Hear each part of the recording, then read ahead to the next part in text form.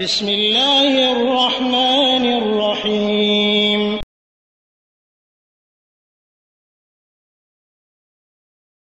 আসসালামু আলাইকুম ওয়া রাহমাতুল্লাহি ওয়া বারাকাতুহু। জি, আমাদের এক ভাই প্রশ্ন করেছেন যে যারা মসজিদের ইমাম তাদের নাকি হাসর নাসর বা তাদের বিচার নাকি পর্দার আড়ালে হবে, এই কথাটি কতটুকু সত্য? জি না, এই কথাটি মিথ্যা।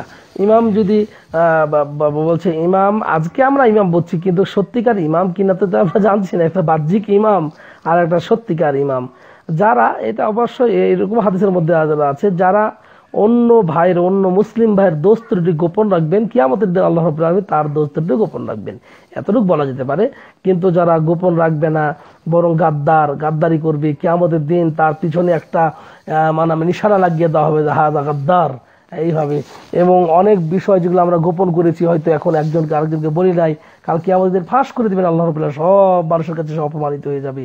হ্যাঁ, তো কাউকে এইভাবে একমাত্র ওই ব্যক্তিদেরই জানা যাবে না, যে হাদিসের আলোকে বোঝা যাচ্ছে যারা অন্য কোনো মানুষের, কোনো মুসলমান ভাইয়ের দোষ ত্রুটি গোপন করবেন, আল্লাহ রাব্বুল আলামিন তার দোষ ত্রুটি গোপন করবেন। তো ইমাম যদি অন্য কাউরি দোষ ত্রুটি গোপন করে, তাহলে তার গোপনই হবে। আর যদি ইমাম সাহেব অন্য কাউরি দোষ ত্রুটি ওপেন করে দেন, ফাঁস করে দেন কোনো মুসলিমের, তাহলে তাদের বিচারে জনসমক্ষেই হবে। জাযাকাল্লাহ।